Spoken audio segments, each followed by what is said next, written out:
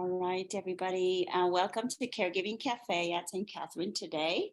I'm delighted that everybody's here, and we are on Zoom thanks to Dura Sims and True Heart Hospice, which made the Zooming possible to bring the information and support to more family caregivers, even when they can't get away. So thank you for that. Today we have the pleasure of listening to Alex Casas from PaleHearse. No, I'm sorry, PaleHearse. I'm so sorry, PaleHearse. I would do that, PaleHearse.com. And it comes via Nancy Walker from Funeral Consumer Alliance of Central Texas about all things funeral arrangements and what every family needs to know. As family caregivers, we really do need to be informed about all these things so we can make better and informed decisions. So thank you, Alex, for being here. Please introduce yourself, give us a little bit of a background, and then tell us about the creative ways to remember our loved ones. And thinking outside the box is what we were talking about. Then I realized, wait a minute, no pun intended. Remember, this is outside the box, right? So, yeah. So anyway, thank you so much, Alex, for being here. Take it away.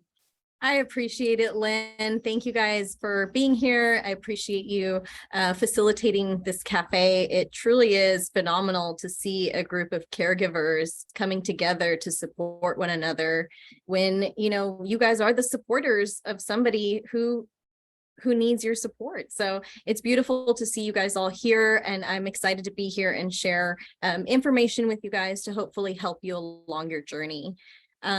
A little background on me. I grew up in a Mexican household where death was not something that we shied away from. We spoke about it very openly.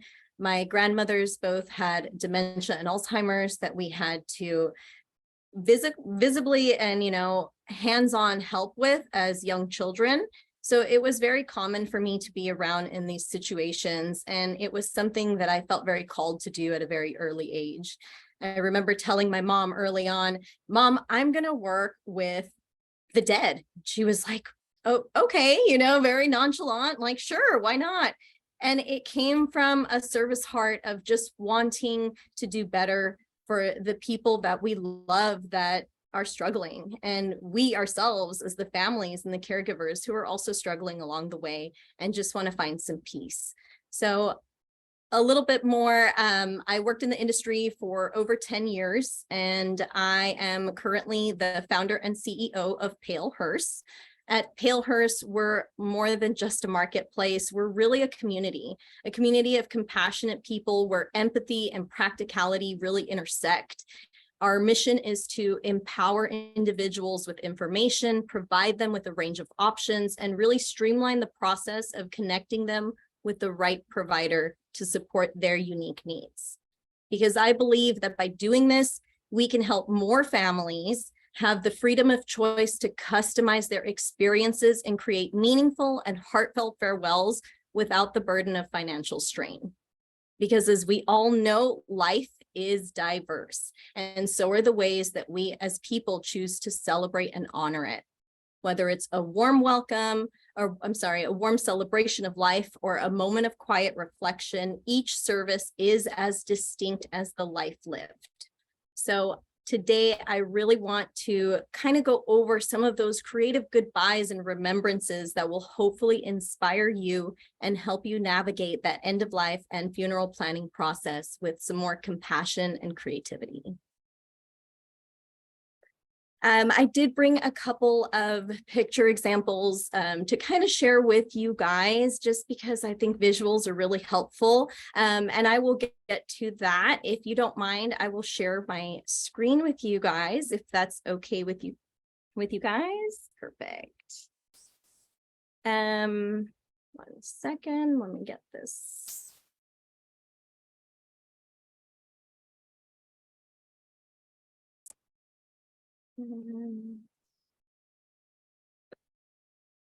Just want to make sure that you guys can see.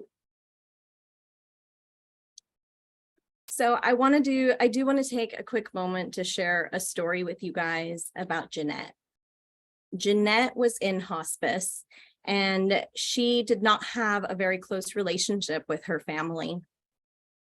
She was in a coma and was facing her final moments when her sister, the next of kin, called my colleague and good friend, Sunny, at Countryside Memorial Park. She called asking for support and help and guidance along the way because her family wasn't all there. They weren't all there to support. She didn't know how they were going to cover the expenses and what they were going to do to honor her sister. And as this conversation is taking place, she started asking questions about her options. And as Sunny was reviewing with her that in a natural burial, you have the option of being shrouded. She's going over the different kinds of shrouds and materials that are used. And in that moment, Jeanette's sister, Susan, had this like epiphany of, I'm a master quilter. And she decided to quilt this beautiful quilt for her sister, Jeanette, to enwrap her with love. So she actually created this quilt and brought it to the hospice center. And the day she brought it, she leaned over, she put it over Jeanette and said, Jeanette, we're going to give you a beautiful burial service. And here is your shroud that's going to cover your body and enwrap you with love. Believe it or not, Jeanette opened her eyes that day. She opened her eyes and she smiled and she was comforted by her sister. Later that day, Jeanette died. This is Jeanette's burial. And as you can see, the quilt that her sister made is enwrapping her body. These are some of the things that we can consider before death occurs, as far as the things that matter to us as individuals, whether you are choosing to be cremated, whether you are choosing to be naturally buried, traditionally buried, have a funeral service or not. There are so many options along the way to help you customize and personalize that journey for each individual person. Because as we all know, the more that we know, the more we are equipped and prepared to handle these situations. And a lot of the preparation can happen in advance through conversations, asking your loved one, what colors bring you warmth and happiness? What songs bring you peace? And having those simple conversations that starts opening the greater conversation of what disposition do you prefer? Do you have a preference on natural burial, on traditional burial? Do you want to have a religious service? These are the questions that start gearing us up and helping us plan and prepare for the ultimate farewell. And as you can see, there are certain things that can be done that can be personalized along the way. Whether you are being naturally buried or cremated, this cremation container that you can see here was actually decorated by her grandchildren. Her grandchildren came in and decorated this cremation box, this cardboard box that typically is used in most services, was decorated to honor the life within it. Above, you'll see a Spock cookie jar. That is actually my daughter's grandfather's ashes are in there. He was a huge Spock supporter, as you can tell. But one of the things that his wife, and I'm going to share a quick little story with you guys because I think it resonates with this room. His wife was diagnosed with Parkinson's very early on, about the age of 30, which is very, very early for Parkinson's patients. And she lived her entire life needing a caregiver, which was her husband. Her husband did everything for her. He was a wonderful man who truly went above and beyond to make sure that her life stayed as living as possible. She was a horse rider, so she actually received therapy through her horses for Parkinson's. Long story short, 3 years ago, he was diagnosed with pancreatic cancer. He was diagnosed with pancreatic cancer, and within 3 weeks, he died. Her caregiver was gone. And it was extremely difficult for the family. And, as she was trying to honor his life, nothing felt like it fit. And then she remembered this ridiculous cookie jar that they had bought together a long time ago. And she said, this is it. This is where his cremains are going to be, in my room. And that is where they went for the rest of the time. Throughout her facility care, this is what was on her altar. And that these are just simple things that we can do as people. There is a big misconception that when you are getting cremated, that your cremated remains have to be returned in an urn. A lot of people believe this urn has to be purchased within the funeral home that you are using. That is not true.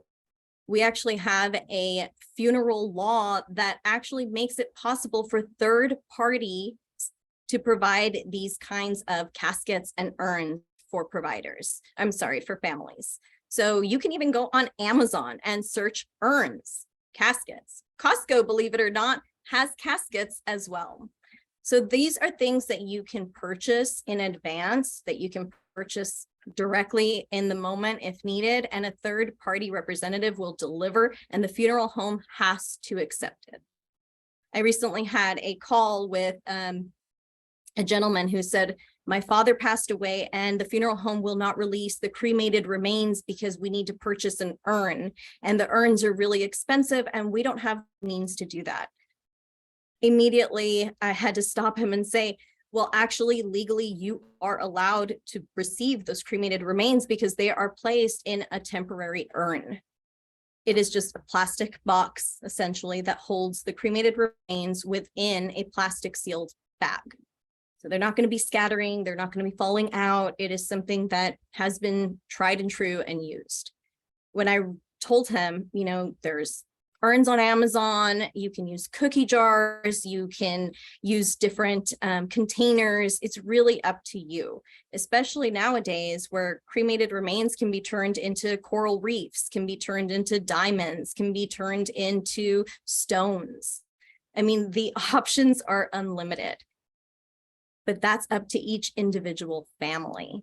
And that was kind of the reminder. And it was like a light bulb where he was like, oh, if it's already in a temporary urn, why do I need another urn? I said, you don't.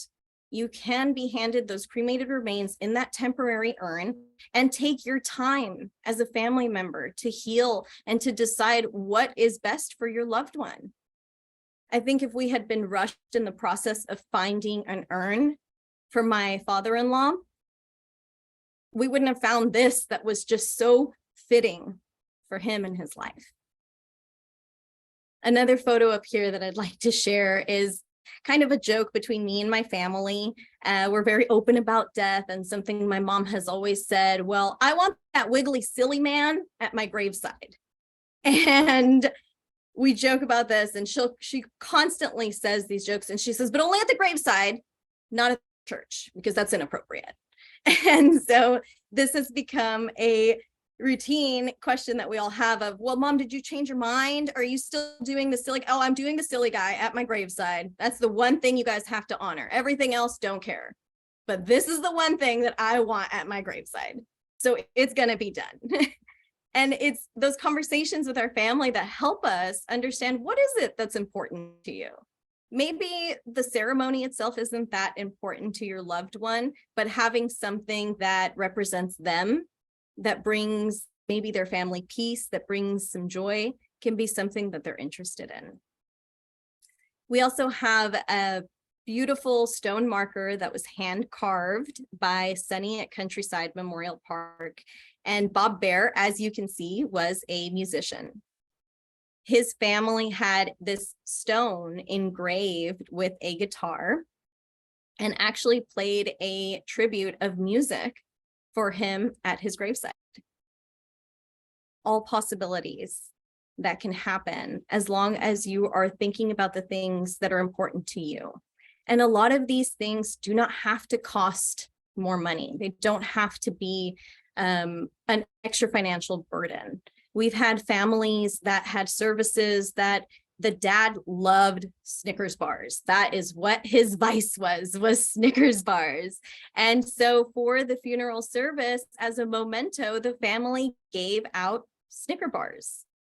And it was as simple as that. And everyone knew that he loved Snicker bars. So it just made that memento more special and meaningful. And I'm going to stop sharing just so I can see your guys's faces. And I just want to, talk a little bit about some of the things that we kind of have to know in advance, especially depending on the route that you're going. If it's something that you're wanting to have a funeral at home, have the service at home, those are things that are possible, obviously, with things to consider. If you want the body to be present as a home funeral, there are preparations that need to be taken into consideration in advance. We talked a little bit about refrigeration earlier, and I won't go into full details about that because that's a whole different topic. But there are different ways to keep the integrity of the body while doing a home funeral. Things to consider.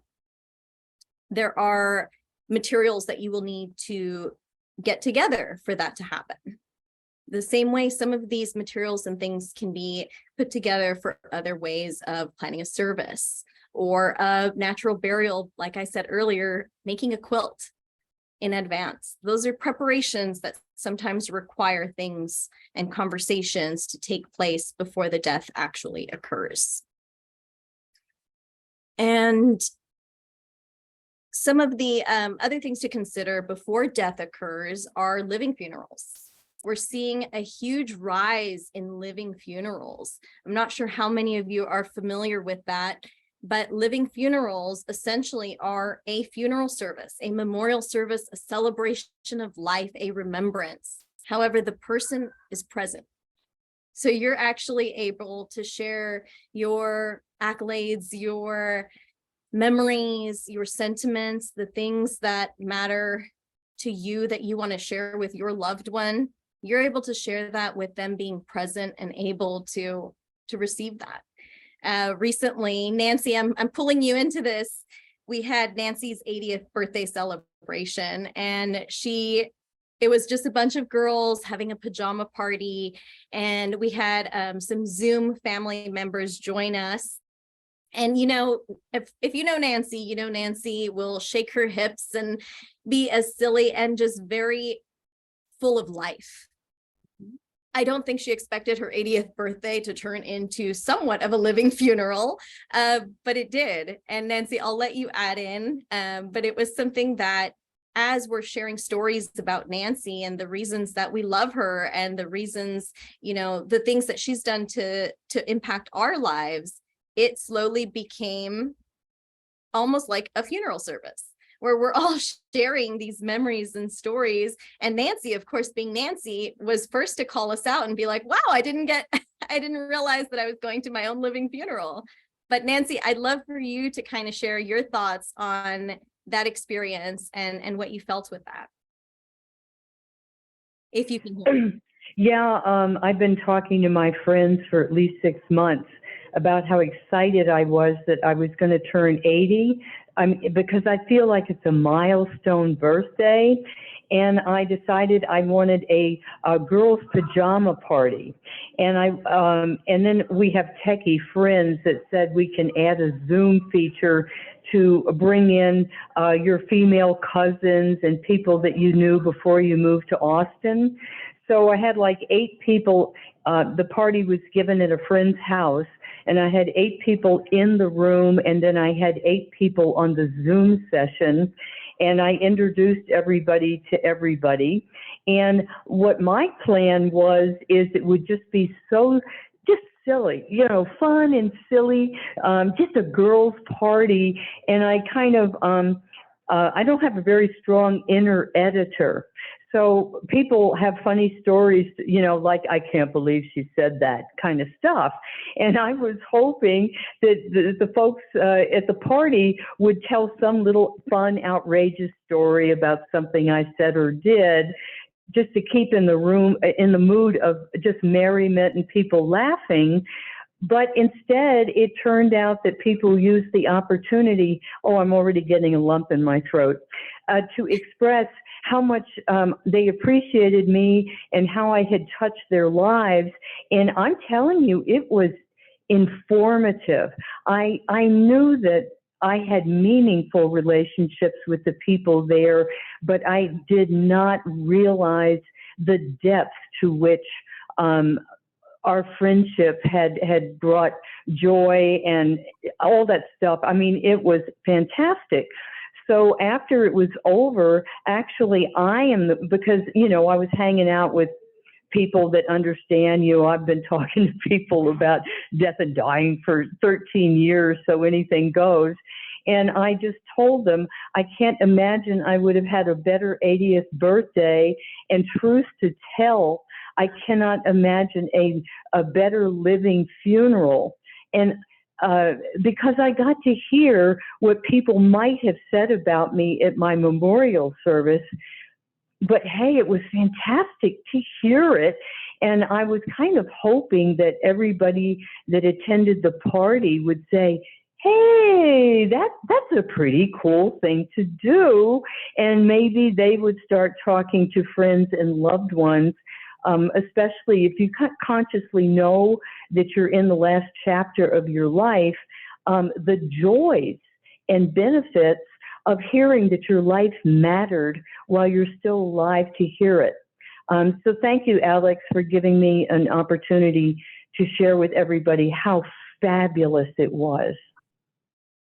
Thank you, Nancy. And really it has become such a popular or a new you know requested, I guess, service is these living funerals, because you're present.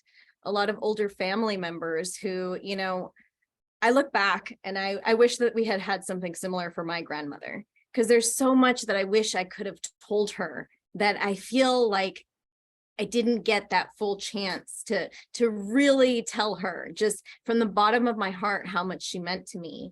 And to see these living funerals kind of take place and seeing more people, you know, be able to experience the love and compassion and support from their family members and friends is truly inspiring. And I think a real testament to living that life.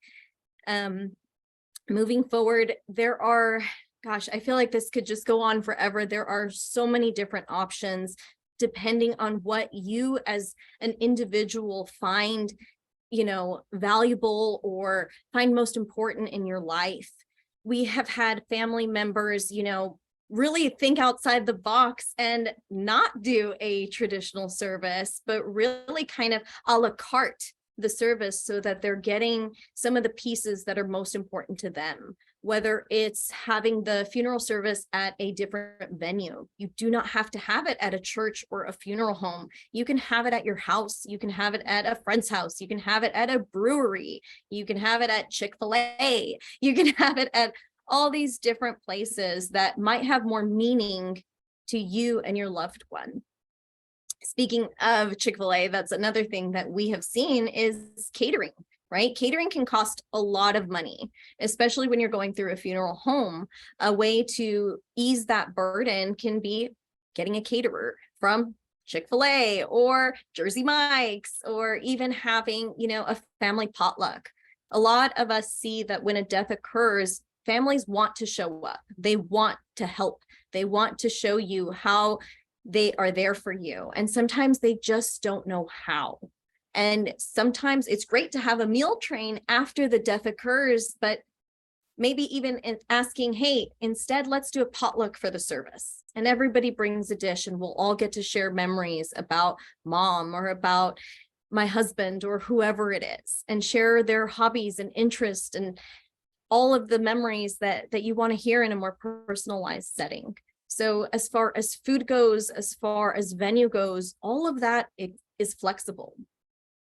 Going back to kind of the materials that you'll need for the service, whether it is a casket, whether it is a shroud, there are different ways to go about getting that. We had a husband and wife, and he chose to be naturally buried, and his wife, who was a caregiver, said, I want him shrouded in our bed sheet. I want him to be wrapped up in the sheet that we shared so many nights together in. And he was. And she said, she's like, now all of the times that we've made love, all of the times that we have held each other, all of the times we've laughed and cried, all of that with all the love that we've had is going to be surrounding him for eternity. And that was what he was buried in, is their natural sheet from their bedroom. So again, these are things and options that you can consider. You can consider having a cremation box like earlier and decorating it. You can choose to have a traditional casket that's the color of their choosing or liking. All of these choices truly are yours, and you have the option to customize. And a lot of this is not readily available information from the funeral home, but just know that you are an advocate and you've been advocating for your loved one as a caregiver. This doesn't stop at the funeral. You are still an advocate, and it's okay to do that. And it's okay to ask for help and support from the people that are willing to help you navigate that path, so that it is a creative and personalized, authentic journey to you and your loved one. We also have the option for having, just like we are now, we're gathered through Zoom, we're gathered in different places, and we can actually do that. We are seeing so many funeral services now that are hybrid services, where there is in-person factors and Zoom virtual factors. All of this is possible. There are so many resources available for you as the consumer to choose and customize what it is that you want and what it is that's most important. If your family cannot make the expensive travel from Montreal, Canada to Austin, Texas, then that is something that, guess what, you don't need to miss out.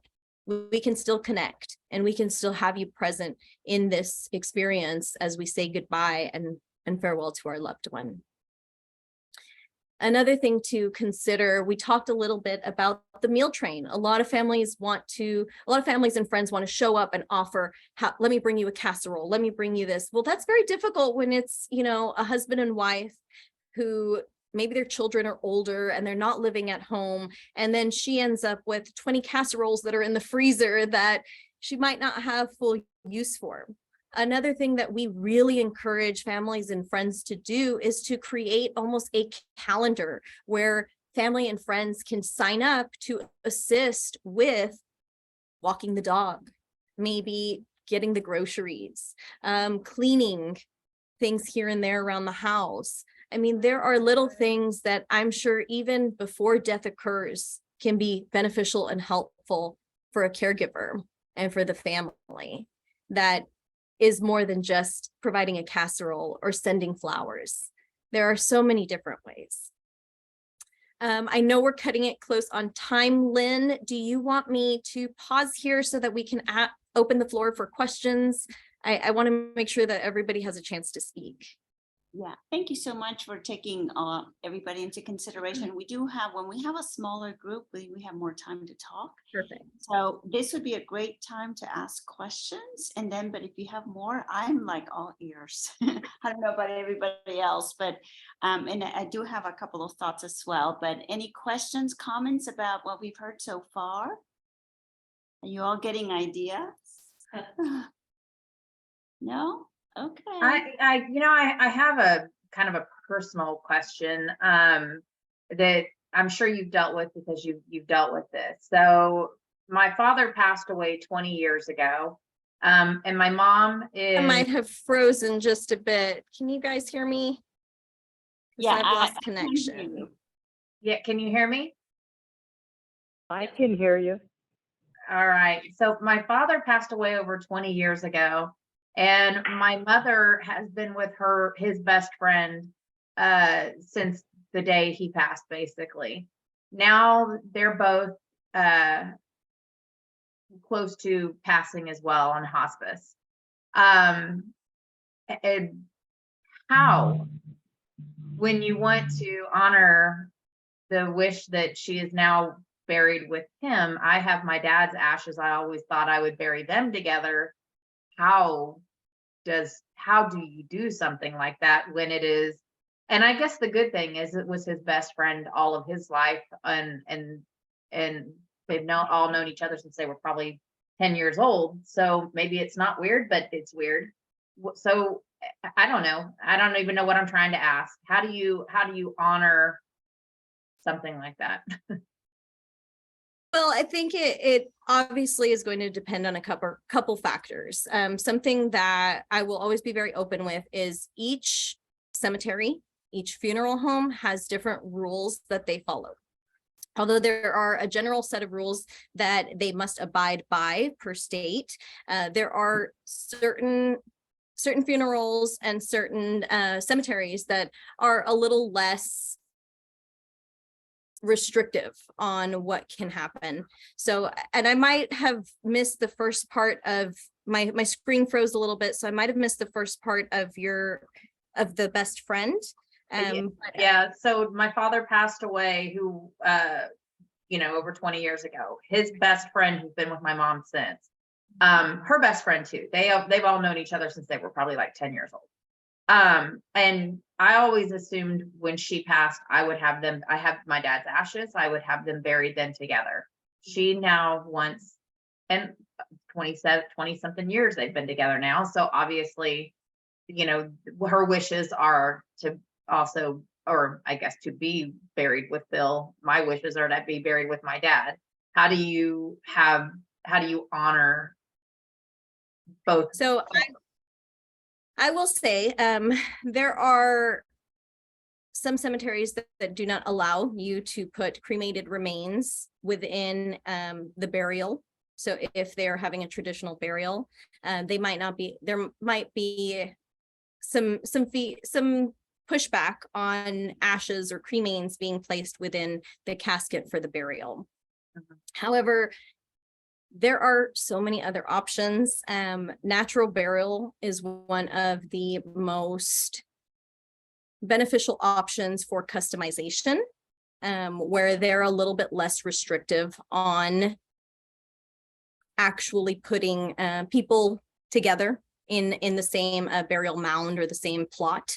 But as far as your particular situation, is it something that perhaps you could do some ashes of your father with her and still have her and Phil right next to each other? Or if they decide to be cremated, where there's pieces of them together, there are different ways also of creating artwork where you are mixing cremated remains from your father and your mother and putting them together in a resin form, or even like a stone, or different artistic things. It could be a pendant, it could be a ring, earrings. I mean, different ways where they're mixed together, and perhaps that's how they're staying together and you get to have them close to you.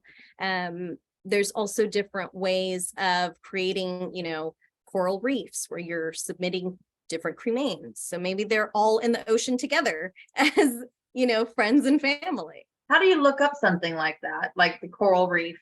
Is it just Google coral reef funeral? Absolutely. So there are so many different companies that offer these services. There are Coral Reefs, which I believe is Memorial Reefs, and there's another company alongside them that does something similar.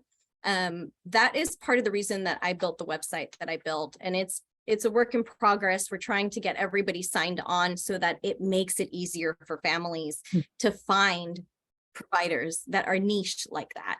What is your website? It is PaleHearse.com, but Can you spell it out?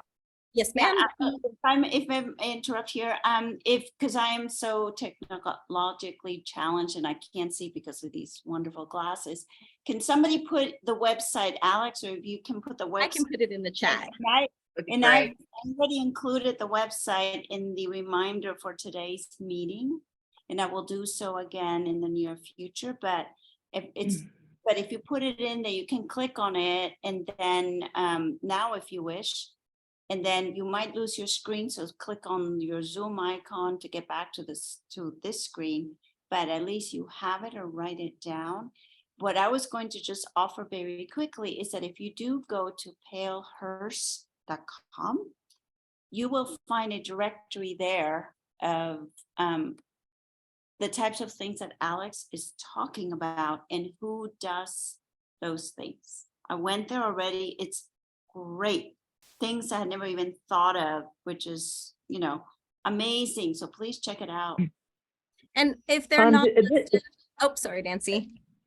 Yeah, thank you. I know I can't raise my hand or anything, so I end up interrupting, and I don't want to do that. But as long as we're talking about putting resources in the chat, I was hoping that you could also put the website of the Funeral Consumers Alliance, because every year we go out and pick up price lists from all the funeral homes in Travis, Williamson, all these at Bastrop, Caldwell, and Hayes County. And in our funeral home price survey, we have a chart of prices so that you can, like, let's just say you want cremation. We just run your finger down the cremation column and you'll soon see there's a huge price variance. This year, you could get cremated for $595, or you can pay another funeral home in Austin to do it for over $4,000. Exactly the same thing. So having that price chart, which is free of charge on our website, is useful. And so maybe you could put the website fcactx.org in the chat. And then I also wanted to say another source for the reefs is there's a company called Eternal, ETERNAL, Eternal Reef. Of course, Neptune Society will do it for you, but they will charge you a whole lot of money, more than needs to be paid. And then I just have one more thing I want to add. Alex was right on the money when she said you don't have to purchase an urn or a casket from a funeral home. And she mentioned Costco.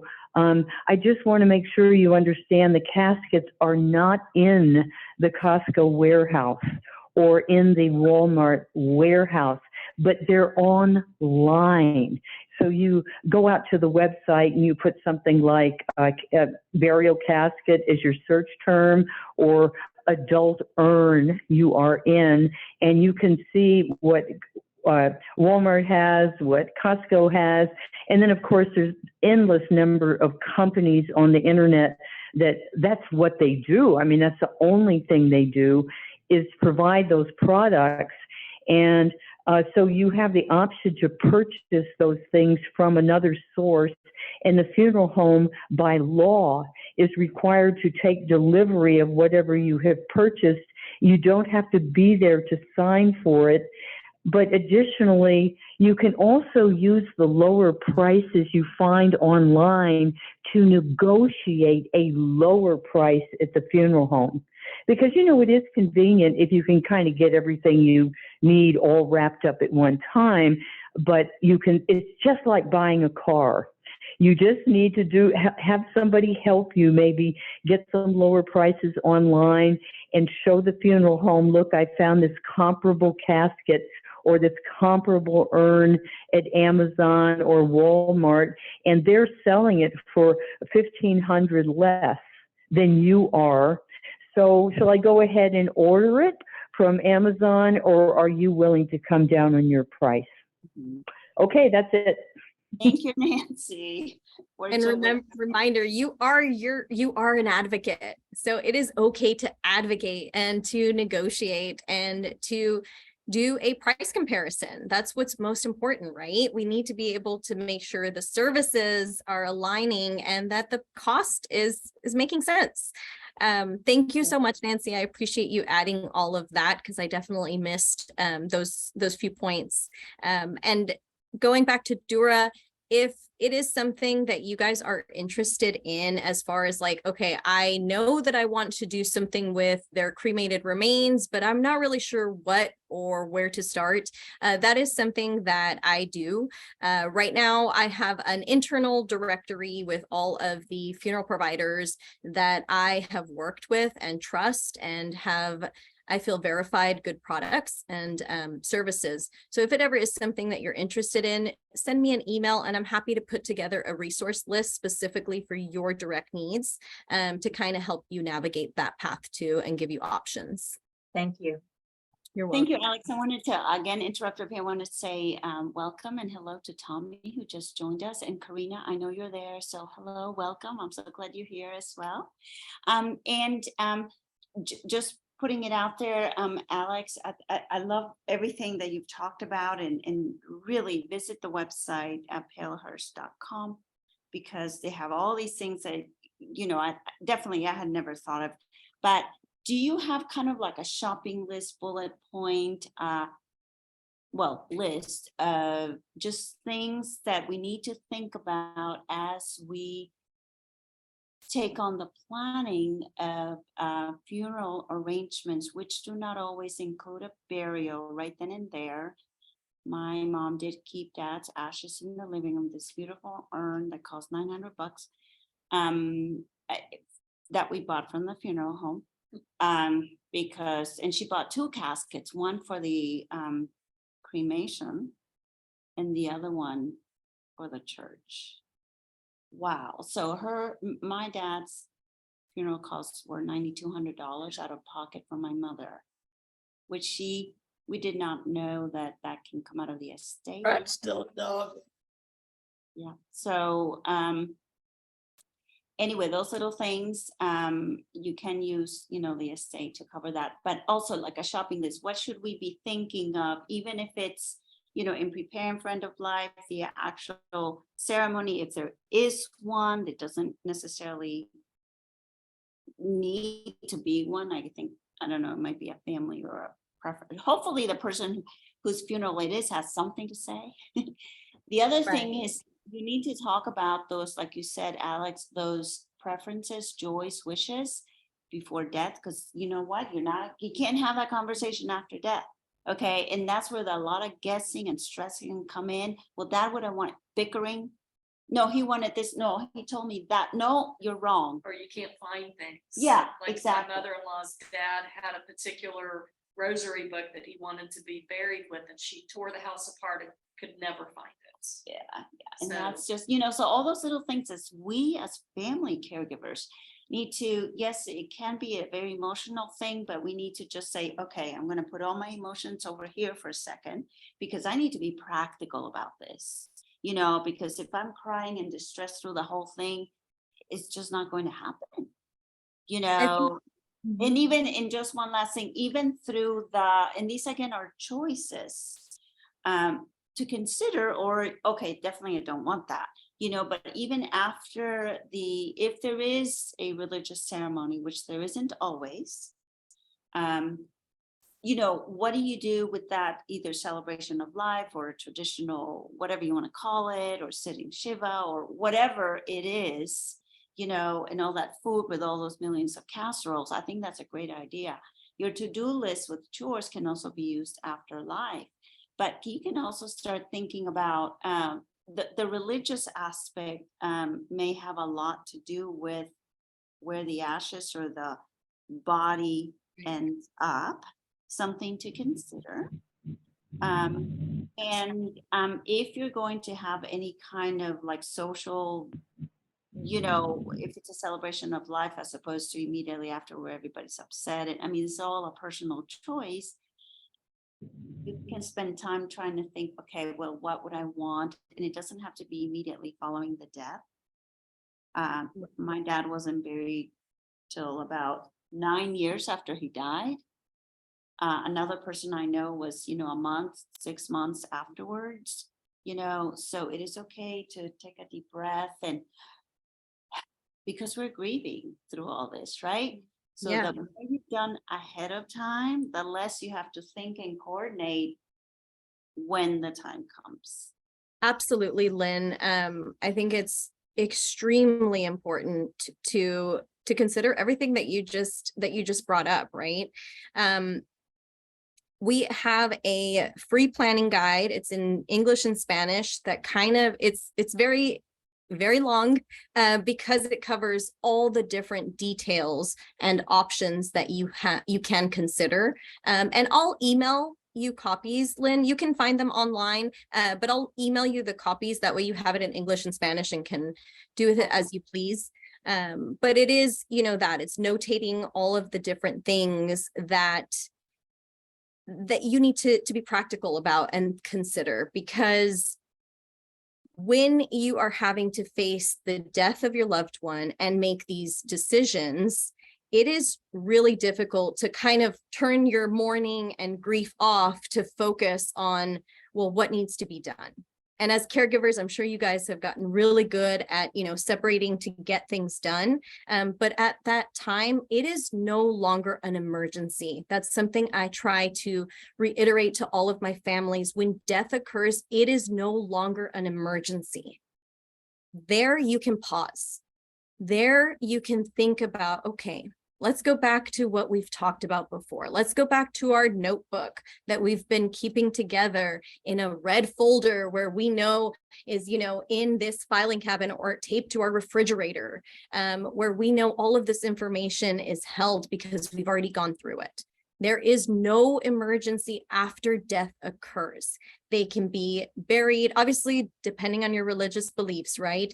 We talked about Judaism, and being Jewish, you have to be buried within a certain amount of time. Obviously, that is also something that you need to consider in advance so that you're prepared and planning for that to happen accordingly.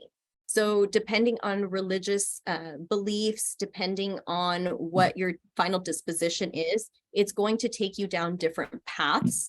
The planning guide that we provide kind of leaves it a little bit broad as to help you decide what it is that you want, and write down, my religion is this, and I want this church, and I want this done, or whatever the case is, right? I want these flowers. I don't want this. I want this food. I want this kind of casket. I mean, it breaks it down to the detail of the materials of the casket.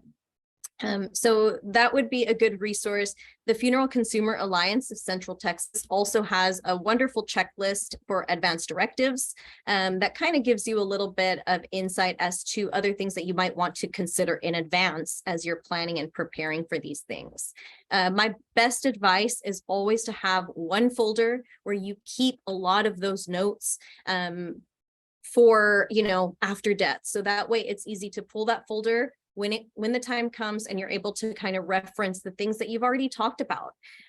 For some of the things that, like, my family and I joke about, what song do you want at your funeral this time? Oh, what this, like, we write it all down. That way it is all available. And hopefully when my parents pass, it's not as stressful for me and my sisters, because we've had these conversations, and now we can use that time that is typically, stressed out trying to pick what funeral home and what pricing and what casket and what did they want to be cremated? Do they want to be buried? Rather than having to go through all of that while grieving and mourning, you can focus on grieving and mourning and healing and saying farewell without that rush and without that anxiety of having to make these difficult decisions. So hopefully that helps a little bit. Yes, Nancy. Well, I was just going to say real quick, as Alex is recommending, pre-planning and sort of getting your thoughts together before a death occurs is absolutely the wise thing to do, so you don't have family disagreements. But Funeral Consumers Alliance does not recommend prepaying for a prepaid funeral contract. Instead, we just open up a little savings account and start putting some money in there to pay the final expenses when the time comes. But you need some flexibility, because you never know when things are going to change, or you're going to, believe it or not, move out of state for some reason. So we don't recommend prepaying, just pre-planning. And Neptune Absolutely. Society in particular is very aggressive about trying to sell prepaid funeral contracts. So buyer beware. Absolutely. And that's why writing it down, right? Having a folder, a file that has your notes, your information, it doesn't mean that you're going to go and prepay for that, but it's kind of like having a birth plan, right? We got kind of have an idea of what it is we want when we're delivering our babies. And it's very similar to that transition of life as well in death of we have a plan, we have an idea of what it is that our end goal is, but we're going to be flexible and allow ourselves to pivot where needed, depending on our own situations. That's why everything is so individualized. What might be right for Lynn and her family might not be right for Sharon and her family, and that's okay. But the goal is to find what works for Lynn and to find what works for Sharon and Karina and Tommy and everybody here today, right? Is to find what works for you and that you have the options available to pivot and to choose what it is that is going to help you heal through this mourning process, because we're at the end of the day, we're losing someone we love and we want to be able to honor their life. But also, I don't think they want us to complicate our lives and be stressed out and be, trying to figure out, well, what funeral home is the cheapest? And are they trying to gouge me for more money? Do they understand what the things that I need? Advocate for yourselves and advocate for your loved ones, because there are wonderful providers out there and product service providers as well that have the things that might make your celebration more personal. Thank you, Alex. I think we're gonna have to start wrapping up, but was there anything else, a closing remark or anything? And you're welcome to stay. I would love for you, if you have time, to stay. But any other comments, questions, or, like I said, wrapping up, Alex? And I wanted to also say thank you to Laura, who just joined us. So we'll go around and talk about, I want to make sure we have enough time to share. So yeah, absolutely. If anyone has any other questions, and if you think of something else later on, feel free to email me or call me. I'm always available to help answer any questions you may have. all right. So that's great. one thing I would just add, and you may already have this on your list of things, but if your family member was in the military and they want to be buried at the National Cemetery, there's a particular form that you have to have, which is not fun to look for right in the aftermath of losing a parent either, as I speak from personal experience. So that, if your family member wants that resting place, I would make sure you have, at least you used to have it. So DD 214, I think. Yep, you are correct. So, Yeah, and What we is have- what's the I would just want to add in here, there's also a state veteran cemetery in Killeen. Yeah, and just to let everybody know, when it comes to a military service, it can take longer than normal to be buried in that cemetery. So that is something that you have to be aware of going into that. If that's something that you wish, it could take up to 9 months. It could take longer. It just varies per cemetery, and we do have a form like that that kind of allows you to put in that information on our planning guide. But I'm going to dig a little further to maybe click a link that we can attach to make it even easier. I appreciate that feedback. What was the form that you have to have? It's form DD14 or something. DD 114. DD 214, What? 214. Okay, and that's D as in dog. But it's one of those things that's kind of imprinted in my brain. And that is to apply to be buried at Arlington Cemetery? That is to prove that you were active military and that you were eligible. It's your discharge paperwork showing that you were. Yeah, the form is proof of honorable discharge. Okay, and is there a limit to how long somebody's been dead that they can have a military funeral? Specifically, my father passed away over 20 years ago. We did not have the military funeral that I wanted him to have. I have his ashes. Yeah. As I'm thinking, when my mom and Phil passed, if that's their wish to be together, instead honoring my father through a military funeral. 20 years is too late. I don't believe so. I've never been asked that before. It's definitely something I'm going to look into because that's a very good question. I don't think that there is a limit, but you will still have to apply and be approved for him to be buried for his cremains to be buried within the cemetery. But I don't believe that should be an issue. However, Dura, I have your email and I will look into it and email you once I figure out a little bit more. Nancy, do you know more about that? Well, if you go out again to the website of the Funeral Consumers Alliance, I hope that's in the chat, the fcactx.org. If you click on, if you click on information and you go to the surveys, it's kind of a drop-down menu, surveys, price list under information and resources tab.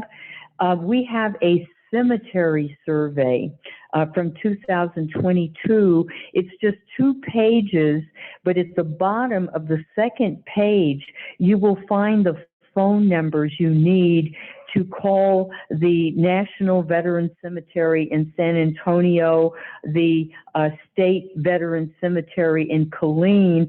And I just think, just give them a call and tell them exactly what you shared in our meeting, and they can advise you on that.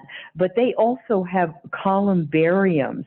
If what you have is ashes rather than a body in a casket, you may decide, and with discussing with them, that you could just put in a columbarium niche rather than ground burial.